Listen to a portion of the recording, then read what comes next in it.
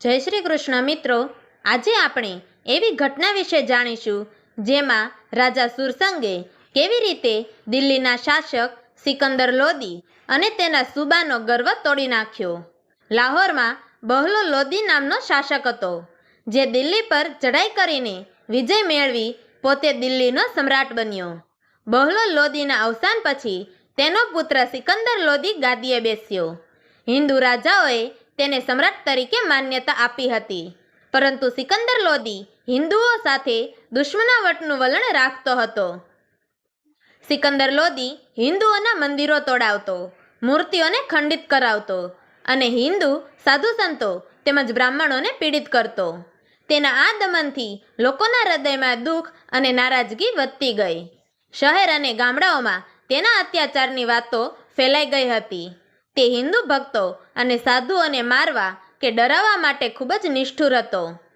એકવાર દિલ્હીનો સૂબો ગામડાઓના નિરીક્ષણ માટે નીકળ્યો। ફરતો ફરતો તે હુડા કાશ્મીર ગામ પહોંચ્યો। ત્યાં રાજા સુરસંગે સૂબાનું હૃદયપૂર્વક સ્વાગત કર્યું અને મહેમાન ગતિ માટે વિશેષ વ્યવસ્થા કરી। સૂબાને મહેમાન તરીકે માનીને સન્માનપૂર્વક ઉતારો આપ્યો અને તેની સુખ સગવડ માટે તમામ વ્યવસ્થાઓ કરવામાં આવી। રાજા સુરસંગ દર બીજ અને પૂનમના દિવસે રણુજા જતા અને શ્રી રામદેવજીની પૂજા અને ભજનમાં ભાગ લઈને પુણ્ય કાર્ય કરતા। તે દરરોજ રાત્રે ભજન કરી અને પ્રાર્થના કરી પછી જ શયન કરતા। રાત્રે લગભગ 9 વાગ્યે સૂબાને રાજમહેલમાંથી ગીતના અવાજો સંભળાયા। તેને કુતૂહલ થયું અને તેણે ત્યાં હાજર સેવકોને પૂછ્યું કે રાત્રે કોણ ગાઈ રહ્યું છે। સેવકોએ કહ્યું કે રાજા સુરસંગ દરરોજ ભગવાનના ભજનો ગાવાનો નિયમ રાખે છે અને આ અવાજ તેમના ભજનનો છે। આ સાંભળીને સૂબાનું મન પણ ભજન સાંભળવા માટે પ્રેરિત થયું। સૂબાની ઈચ્છા માની સેવકોએ રાજા સુરસંગ પાસે ગાદી તકિયા પર બેઠક આપી। સૂબો બેઠો અને રાજા સુરસંગે ભજનો શરૂ કર્યા। સૂબો મૌન ભાવે સુરસંગના ભજનો સાંભળતો રહ્યો। ભજનોમાં જ્યારે રામાપીરનું નામ આવ્યું ત્યારે સૂબાને આ સાંભળીને નવાઈ લાગી। બીજા દિવસે સૂબો દિલ્હી પરત ગયો અને દિલ્હીના સિકંદરને આ ઘટના જણાવી। સૂબાએ સિકંદરને કહ્યું કે મેવાડના હુડા કાશ્મીર ગામનો રાજા સુરસંગ જાતનો ક્ષત્રિય છે। તે રણુજા ગામના રામદેવ પીરની પૂજા કરે છે અને તેમને પોતાના ભગવાન માને છે। તે રાત્રે ભજનો કરે છે અને પ્રજા પણ તેમને પીર માને છે। લોકો તેમને સુરસંત નામથી પણ ઓળખે છે। આ વાતો સાંભળીને સિકંદર ગુસ્સે ભરાઈ ગયો। તેણે પોતાના સૈનિકોને આદેશ આપ્યો કે રાજા સુરસંગને તરત જ દિલ્હી લાવવામાં આવે।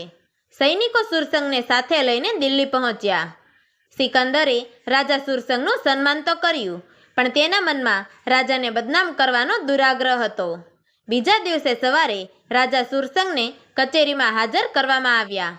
તેમના ગળામાં તુલસીની માળા, કાનમાં કુંડળ, માથે પાઘડી અને હાથમાં રામસાગર તંબુરો જોવા મળ્યો। રાજાના તેજસ્વી ચહેરા અને મોટી મરોડદાર મૂછોને જોઈને સિકંદર તેને તાકી રહ્યો। સિકંદરે રાજાને પૂછ્યું કે તમારું નામ શું છે? રાજાએ નમ્રતા સાથે કહ્યું કે મારું નામ સુરસંગ છે। સિકંદરે તિરસ્કાર ભરેલા શબ્દોમાં કહ્યું કે હિન્દુ રાજપૂતો પીર થઈને પૂજાવાની ઈચ્છા કેમ રાખે છે? તમારે પીર બનીને તૂત ઊભું કરવાનો કોઈ હક નથી। સુરસંગે શાંતિપૂર્વક ઉત્તર આપ્યો કે બાદશાહ, રામદેવજી મહારાજ કોઈ સાધારણ પીર નથી। તેઓ બધા લોકો માટે આશ્રયરૂપ છે। તેઓ સર્વત્ર છે અને લોકોના હૃદયમાં વસે છે। સુરસંગની વાત સાંભળીને હાજર લોકો હસવા લાગ્યા અને મજાક ઉડાવવા લાગ્યા। થોડી વારમાં સૂબાએ કહ્યું કે જો તમારા રામદેવ પીર ખરેખર પ્રતાપી હોય તો પોકરણ, રણુજા અને ફળોજી ગામડાના રાજા કેમ છે? આ ત્રણેય ગામડા બાદશાહ સિકંદર આંગળીના ઈશારાથી નાશ કરી શકે છે। તેથી આ પીરાઈનો ઠાઠમાઠ છોડો અને તમારા જીવનમાં શાંતિ લાવો। સુરસંગ શાંતિપૂર્ણ અવાજમાં બોલ્યા કે મને રામદેવજીમાં સાચા પીરના દર્શન થયા છે અને એ સત્યને હું ક્યારેય છોડી શકતો નથી। રામદેવજી વાયુ જેવા છે જે સર્વત્ર વિદ્યમાન છે। બાદશાહ, ધર્મ અને અધર્મના મુદ્દે વિવાદ ન કરવો જોઈએ। પ્રજાએ પોતાની મરજીથી ધર્મનું પાલન કરવું એનો અધિકાર છે અને તેમાં રાજશાહીએ ક્યારેય રોકટોક ન કરવી જોઈએ। આ સિંહાસન પણ રાજપૂત ક્ષત્રિય રાજા અનંગપાળનું છે અને રામદેવજી તેમના જ વંશમાંથી ઉત્પન્ન થયા છે. એ સિંહાસન પર તેમનો પૌરાણિક અધિકાર છે. જો તેઓ ઈચ્છે તો કોઈ પણ રાજશાહી સત્તાને પલટાવી શકે છે. સુરસંગની આ દ્રઢ અને સમજદારીપૂર્વકની વાત સાંભળી સુબો થોડીવાર મૌન થઈ ગયો અને વિચારતો રહ્યો. સુરસંગની નીડર અને સત્યવાણી સાંભળીને સિકંદરનો ગુસ્સો આકાશે ચડી ગયો.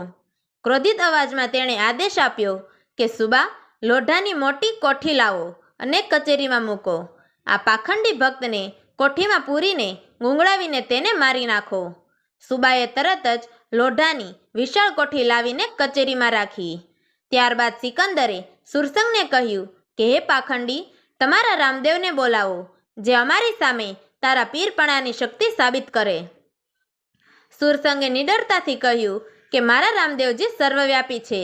તેઓ સર્વ જગતની રક્ષા કરી શકે છે. એટલું કહીને સુરસંગ પોતાની મરજીથી કોઠીમાં ઉતર્યા અને જય રામદેવજી રામતુહીના જાપ શરૂ કર્યા. કોઠીનું દ્વાર બંધ કરીને તાળું મારી દેવામાં આવ્યું અને બાકીના બધા બહાર નીકળી ગયા.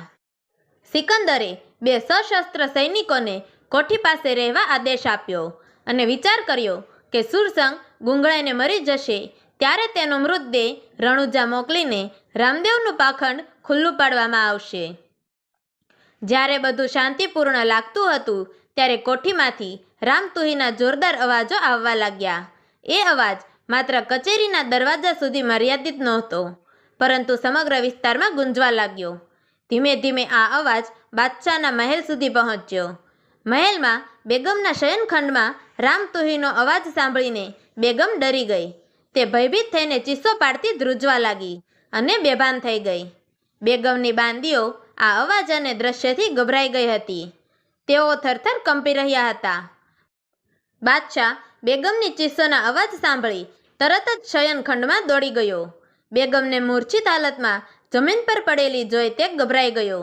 બેગમની સ્થિતિ ખૂબ નાજુક દેખાતી હતી અને બાદશાહના અંતર્મનમાં તેના ઘમંડનો પારો ઓગળી ગયો. સુબા અને વજીર જ્યારે ગાઢ ઊંઘમાં હતા ત્યારે તેમના શયનખંડમાં પણ રામતુહીનો પ્રચંડ અવાજ ગુંજવા લાગ્યો. આ ચમત્કારિક અવાજ ખૂણે ખૂણેથી પ્રસરીને વધુ મજબૂત થતો ગયો. આ અજાયબી જોઈ તેઓ આશ્ચર્યમાં પડી ગયા અને ઘમંડના બદલે ભય અને વિશ્વાસમાં છવાઈ ગયા. સુબાની બેગમ અને દાસીઓ પણ આ અવાજ સાંભળી ડરી ગઈ અને ચીસો પાડવા લાગી. મહેલમાં થયેલા આ અણધાર્યા ઘટનાક્રમથી સુબો હચમચી ગયો અને તરત જ પોતાનો ડર દાખવતો બાદશાહ પાસે દોડ્યો. બંને આ ચમત્કારિક અવાજ અને બેચેન પરિસ્થિતિ અંગે ચર્ચા કરતા હતા ત્યારે અચાનક એક તીર વીજળીની જેમ હવામાં ઉડતું આવ્યું અને સભાખંડમાં લટકાવેલા કિંમતી ઝુમ્મરને વાગ્યું. એક પળમાં ઝળહળતું ઝુમ્મર તૂટીને જમીન પર અથડાયું. આ ઘાતક ઘટનાથી સમગ્ર સભાખંડ અંધકારમય બની ગયું. આ જોઈને મહેલના રક્ષાદળો પણ ગભરાઈ ગયા અને તે ઘસડાતા સભાખંડમાં આવી ગયા. તેઓ હાંફતા બોલ્યા કે બાદશાહ, કચેરીમાંથી રામતુહીના અવાજના ઘોરનાદ સતત થઈ રહ્યા છે, પણ આ અવાજ ક્યાંથી આવે છે તે ખબર નથી. આ પ્રસંગે બાદશાહ અને સુબો કચેરી તરફ દોડ્યા. કચેરીના દરવાજા ખોલતા લોઢાની કોઠી પાસે રામતુહીના અવાજથી રામસાગરનો આકર્ષક રણકાર ગુંજતો હતો. તેઓ ધીમે ધીમે કોઠી તરફ ગયા. ત્યાંથી એક વધુ તીર નીકળ્યું. જોત જોતામાં તે કોઠીના ઢાંકણાને લાગ્યું અને ઢાંકણું જમીન પર પટકાયું. આ દ્રશ્ય જોઈને સુબો અને બાદશાહ બંને દ્રવ્ય થઈ ગયા અને સુર રાજાને નમન કરીને બોલ્યા કે હે સુર રાજા, અમને ક્ષમા કરો. અમે મહાપાપ કર્યા છે. કૃપા કરીને કોઠીમાંથી બહાર આવી અમને આશીર્વાદ આપો. બાદશાહ અને સુબાની આ કરુણ વિનંતી સાંભળી સુરસંગ શાંતિપૂર્ણ અવાજ સાથે જય રામદેવ પીર બોલતા કોઠીમાંથી બહાર આવ્યા. તેઓએ સૌને આશીર્વાદ આપ્યા અને કહ્યું કે અહિંસાના માર્ગે ચાલો અને આદરભાવ રાખો.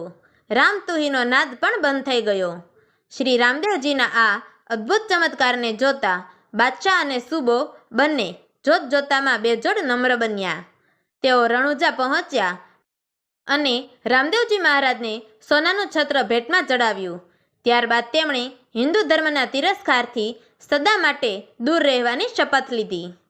તો મિત્રો, તમને અમારી આ વાર્તા પસંદ આવી હોય તો અમારી ચેનલને લાઈક કરો, શેર કરો અને રામદેવ પીર બાપાએ સમાધિમાં પ્રવેશ પહેલાં કયા 24 ફરમાનો આપ્યા હતા તે વિશે આગળના ભાગોમાં જાણવા માટે નીચે આપેલા બ્લેક બટનને ક્લિક કરી અમારી ચેનલને સબસ્ક્રાઈબ જરૂરથી કરજો.